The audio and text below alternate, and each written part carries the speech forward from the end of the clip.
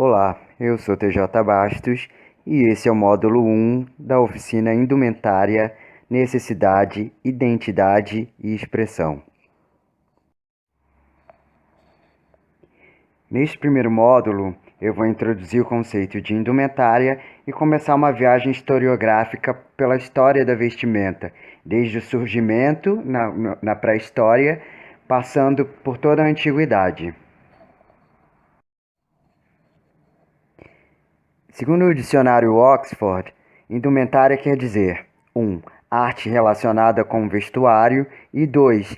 História do vestuário ou de hábitos relacionados com o traje em determinada época, local, cultura e etc. Dessa forma, a gente tem aí a indumentária linkada com duas questões. A arte, ou seja, com a expressão, e em segundo lugar, com a história e os hábitos relacionados, ou seja, ela tem aí uma questão intrínseca sobre identidade, que diz, que fala sobre determinados povos e que tem a ver com a maneira como eles levam a vida, sobre as coisas que eles acreditam, as suas filosofias, religiões e etc. E aí você pode se perguntar, mas isso não é moda? Então, não. A indumentária, na verdade, é um conceito maior do que a moda. A moda está contida no conceito de indumentária.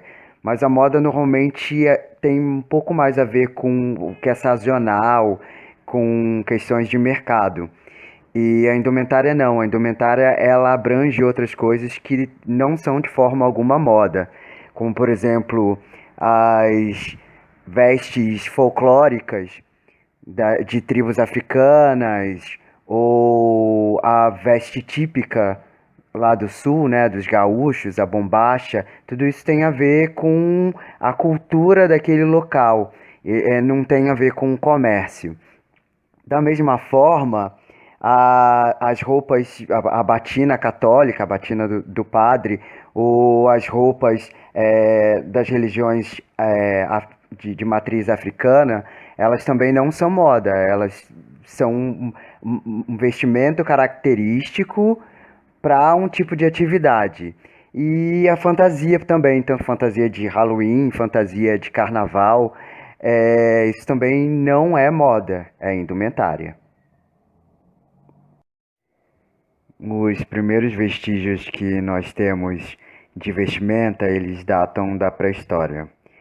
A pré-história é aquele período da história da humanidade onde o homem ainda não tinha desenvolvido a linguagem escrita e oral. O homem pré-histórico ele era nômade, ele vivia migrando de localidade para localidade atrás de alimento e de melhores condições climáticas.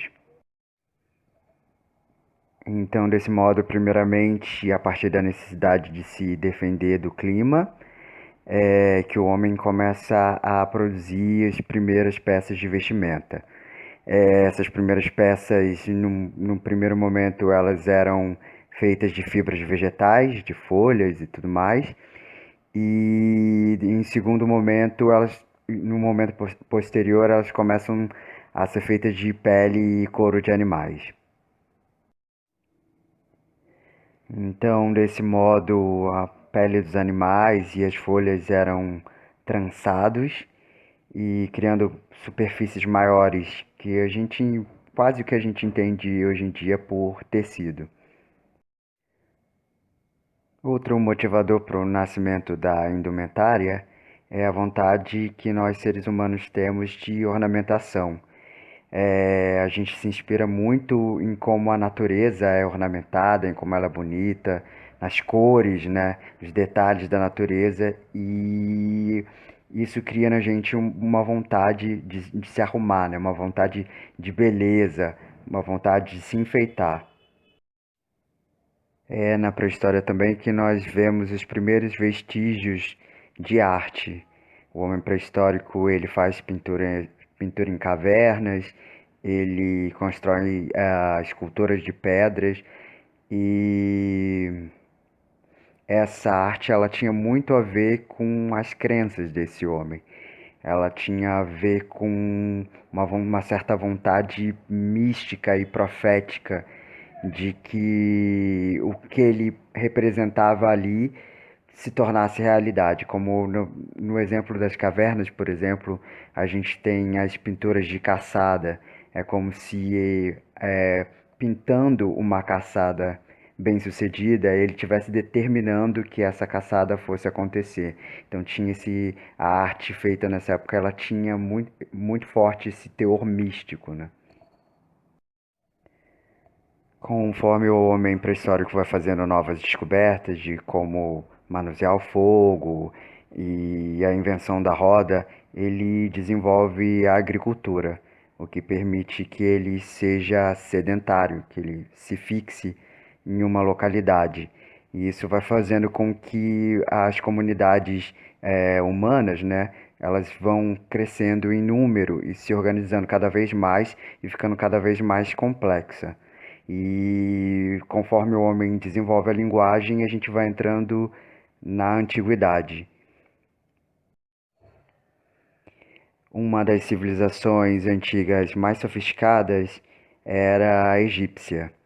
Eles dominavam conceitos matemáticos, tinham uma arquitetura bem elaborada e uma agricultura também bem avançada, inclusive com um sistema complexo de irrigação que permitia que eles cultivassem ah, vários tipos diferentes de vegetais em pleno deserto. O principal tecido usado pelos egípcios era o linho, que eles mesmos produziam e que é considerado até hoje um tecido nobre. A roupa em si dos egípcios era bastante simples, confeccionada em linho e com amarrações, assim, quase não tinha costura. E basicamente o que eles usavam era um linho branco, porque o branco significava a pureza na sociedade egípcia. Em contraste a esses shorts e saias muito simples, os egípcios usavam ornamentos e adereços bem elaborados, feitos em metais e com pedras preciosas. Esses ornamentos tinham às vezes motivos que lembravam animais. No Egito Antigo era proibido se apresentar publicamente sem roupa, mas homens e mulheres cobriam apenas a parte dos genitais, a parte de baixo do corpo, e o torso tanto de homens quanto de mulheres podia ficar nu, sem problema nenhum. Apesar das roupas egípcias serem bastante simples, eles usavam muitos acessórios, e esses acessórios, sim, eles eram bastante trabalhados, assim, tanto os acessórios quanto as joias, que eram feitas de metais e pedras preciosas, e muitas faziam referência a formas de animais. O linho, que era o tecido mais utilizado no Egito, ele é feito a partir do caule da planta do mesmo nome. Esse caule ele é colhido e é macerado até que ele se torne pequenas fibras que depois são entrelaçadas num tear. Aí nós temos dois exemplos de tear, um mais antigo e um semiautomático. Nesses dispositivos que os fios são entrelaçados para a produção de tecido. Hoje em dia a gente tem máquinas completamente automatizadas e a produção que produzem tecido em grandes quantidades em larga escala. A maneira como o cidadão egípcio se vestia estava ligada com a atividade que ele exercia dentro daquela sociedade. Agora nós vamos dar um salto no tempo e falar sobre a sociedade greco-romana. Na verdade, a Grécia é uma civilização anterior ao Império Romano, Mas quando o Império Romano começa a se expandir, eles conquistam a Grécia também. E a Grécia é a referência cultural maior para o Império que serviu de referência para todo o Império Romano. Diferente da sociedade egípcia, a sociedade greco-romana ela era muito humanista, ela era voltada para o desenvolvimento do homem, da intelectualidade do homem, do corpo do homem, cultivo do homem por inteiro. E o homem era a medida ideal para todas as coisas. Era um homem que dominava a natureza, inclusive os deuses gregos, eles tinham forma de seres humanos. A sociedade romana era uma sociedade patriarcal, então os homens eram que tomavam as decisões, os homens é que tinham os cargos importantes e as mulheres normalmente ficavam dentro de casa desempenhando trabalhos domésticos. E é nessa sociedade que a gente encontra as bases que nós temos hoje, de democracia, de direito, de filosofia, que reverberam até hoje na nossa sociedade. Como nessa sociedade o homem ele era a referência de beleza e de perfeição, a indumentária não deveria interferir muito na silhueta do corpo. Ela era basicamente constituída de panos que eram depositados e amarrados sobre o corpo. Assim como no Egito, as roupas usadas na Grécia, elas não tinham muita costura e mais do que isso, elas não tinham muita noção de modelagem. Modelagem é o que a gente usa, a maneira como a gente monta as peças hoje em dia para vestir. Se você pegar uma camisa sua, você vai ver que ela é dividida em pequenos pedaços de tecido que foram costurados para formar uma peça. E isso acontece porque é assim que a gente precisa fazer para a peça ser mais anatômica. Mas nessa época eles não tinham essa noção, muito pelo contrário. O tecido era considerado algo tão raro porque era difícil de fazer, então eles não desperdiçavam tecido, porque a modelagem ela tem um certo nível de desperdício, porque quando você corta sobram pedaços, então os tecidos não eram cortados, porque era muito difícil de fazer tecido, levava muito tempo e eles consideravam os tecidos muito preciosos. Os materiais mais usados na fabricação de roupa na Grécia eram a lã e o couro, mas conforme eles vão tendo contato com outras culturas, eles introduzem o uso de outros tecidos, como por exemplo o linho. A mesma coisa acontece com as joias. Lá na Grécia Antiga, as joias eram muito modestas e simples, mas conforme eles têm mais contatos com outras culturas, as joias vão ficando um pouco mais exuberantes. Não muito mais, mas um pouco mais exuberantes do que eram antes. Com a introdução de cores e tudo mais. Aliás, isso é uma coisa interessante de dizer que quando a gente pensa em Grécia, a gente vê pensando em tudo branquinho, aqueles templos de mármore, as estátuas de mármore, os templos de pedra, as estátuas de mármore e tudo muito branquinho, aquela fantasia clássica que todo mundo usa de lençol. Mas a gente já sabe há alguns anos que não é assim não, não era assim não.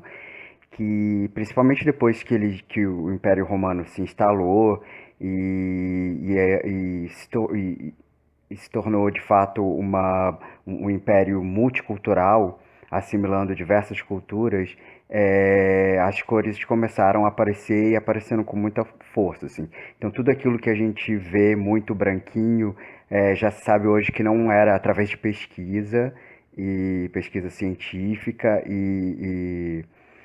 A gente já sabe hoje em dia que não era tudo branco, não, que as estátuas eram coloridas e que a roupa lá na Grécia ainda tinha uma base grande de branco, mas eles tinham muitos detalhes coloridos, sim. E no Império Romano isso já era bem colorido. A vestimenta base era uma túnica ou toga chamada chiton, que era às vezes era costurada apenas nos ombros ou debaixo dos braços, mas na maioria das vezes não levava costura nenhuma, era apenas é, colocada sobre o corpo, amarrada em um ponto ou outro, ou às vezes apenas tinha um buraco para a cabeça e ela era arrematada com um cinto de cordão. Os homens usavam togas um pouco mais curtas que as mulheres, por conta da movimentação, para facilitar a movimentação, por uma questão de praticidade, porque os homens exerciam atividades que as mulheres não exerciam, e tinham uma codificação muito grande em relação a quem podia vestir o quê, porque era uma sociedade muito estratificada já em classes, assim, tinha classes diferentes e se você ocupava determinado cargo, você podia usar ou devia usar um determinado tipo de roupa identificando aquele seu cargo na sociedade. É, e outras pessoas que não tinham esse cargo não poderiam usar. Eles tinham muitas, mas muitas mesmo leis em relação a isso.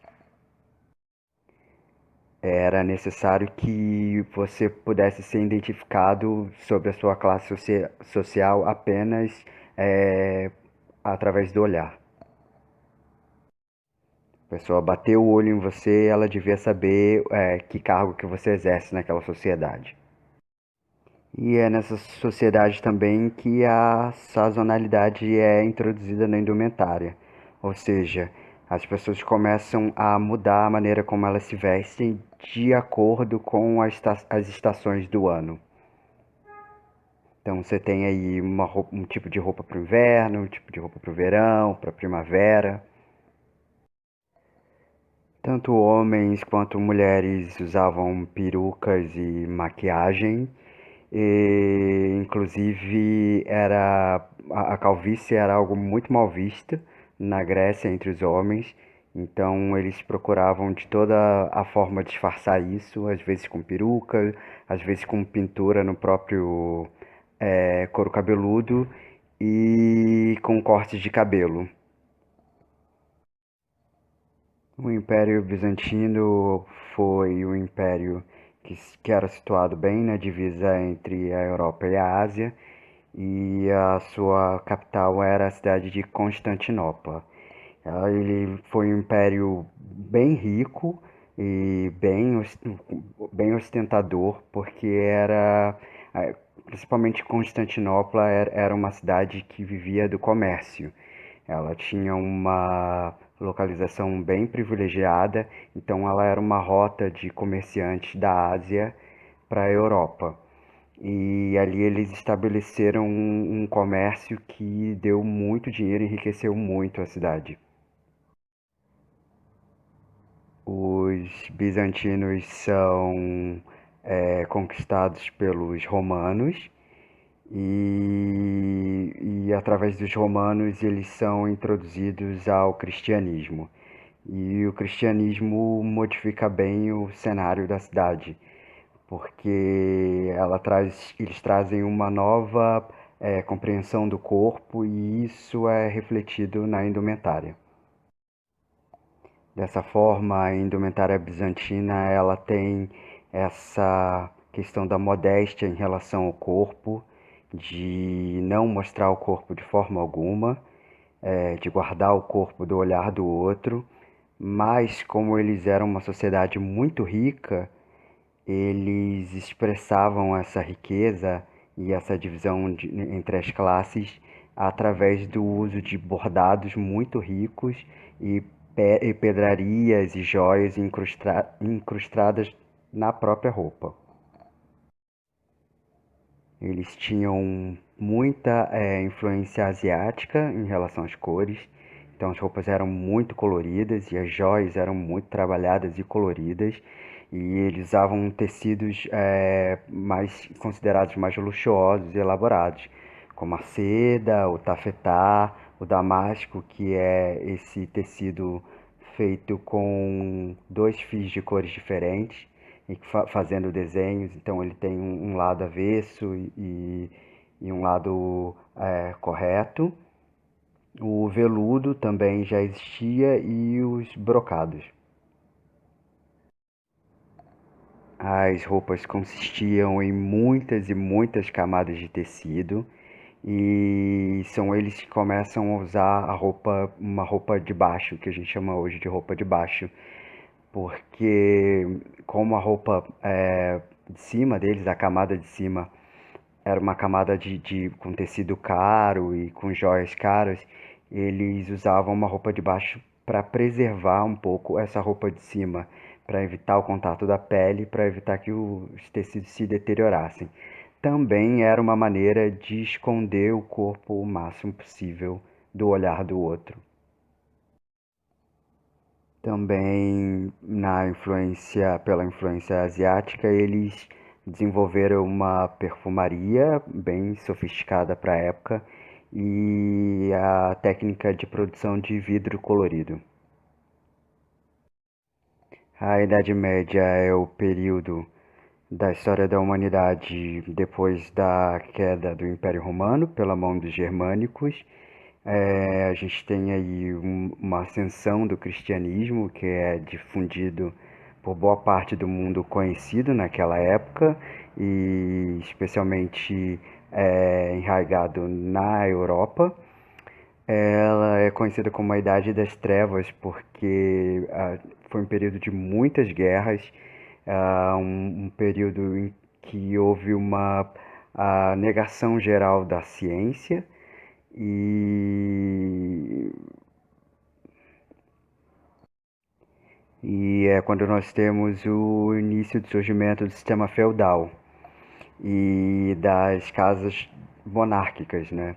O sistema feudal era um rei que era dono das terras e ele cedia essas terras a um nobre que fazia parte do exército desse rei e esse nobre então ele explorava e protegia aqueles que eram considerados plebeus, que eram os mais pobres. Sem a mão unificadora do Império Romano, a gente começa a ter aí pequenas nações que começam a procurar a sua própria identidade.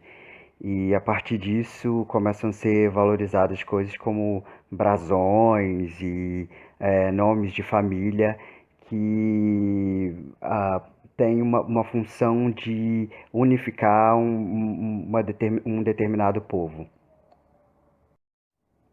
É nessa época que há uma ascensão da moda feita em Paris. Na verdade a gente chama de moda, mas não é ainda exatamente moda. Mas Paris começa a ter, com a difusão de várias técnicas que eram usadas no Oriente, vários homens se tornam alfaiates e eles começam a trabalhar em massa em Paris e começam a fazer também feiras têxteis. A roupa ela é semelhante com a roupa bizantina, mas bem mais simplificada, né? É um período onde as riquezas estão bem escassas e um período de muita fome, muita guerra, então as roupas são simplificadas. Mas a questão da cor, das cores exuberantes, é, ela permanece.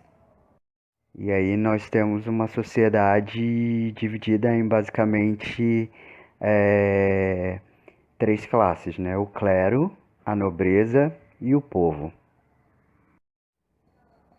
É interessante se a gente for fazer uma comparação entre essas diferentes civilizações e períodos históricos, É que, por exemplo, no Egito, eles eram muito religiosos e muitos dos deuses egípcios, eles eram criaturas quiméricas.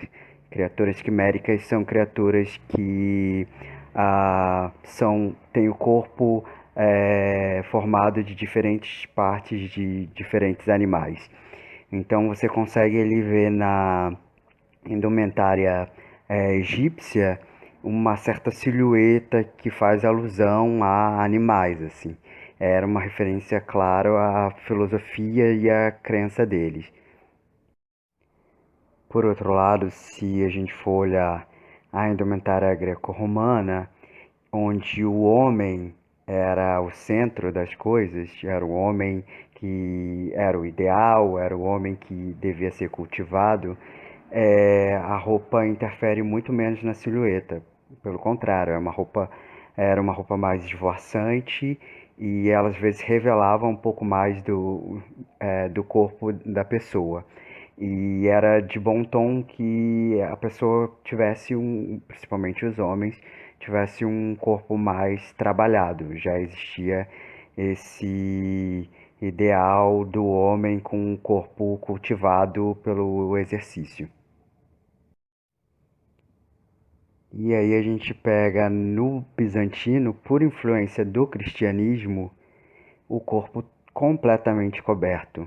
Você via muito pouco do corpo, às vezes via mal o rosto da pessoa.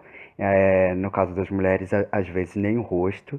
E era realmente até muito difícil, às vezes, saber se era um homem ou se era uma mulher que estava na sua frente. E porque existia essa questão de não revelar o corpo.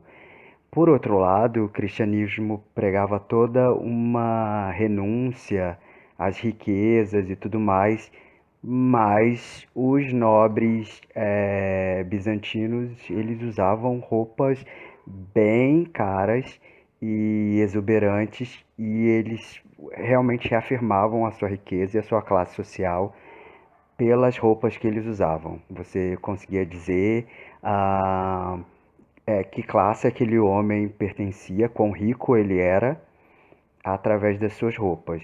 E até mesmo existia uma cor que era o púrpura, que era uma cor que só poderia ser usada pela realeza, porque era uma cor difícil. O púrpura, tanto o púrpura quanto o vermelho, eles são duas cores difíceis de você conseguir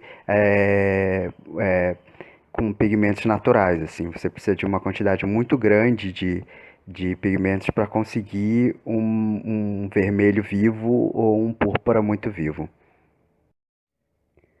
Então, desse modo, a gente consegue ver algumas das questões que orientaram o nascimento e o desenvolvimento da indumentária, como em primeiro momento a necessidade de se proteger do clima, né? E depois a vontade que o homem tem de se ornar, né? De se enfeitar. E depois, num terceiro momento, a questão religiosa, como ela afeta diretamente a maneira como as pessoas se vestem e a própria sociedade em si, né?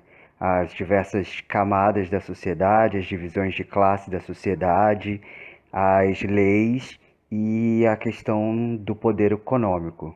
Todas essas questões são questões que vão influenciar a indumentária para sempre mas elas vão ser ressignificadas e repensadas de quando em quando, de acordo com as mudanças que vão acontecendo durante o tempo. E é isso que a gente vai ver daqui para frente, algumas questões se repetindo. Então é isso por esse módulo. Esse é o fim do módulo um. No módulo 2 eu vou começar a falar sobre a Era Moderna, começando pelo Renascimento, e a gente vai ver como algumas questões mudam e a roupa muda junto com elas. Eu sou TJ Bastos, essa é a oficina Indumentária, Necessidade, Identidade e Expressão. Eu vejo vocês no próximo vídeo.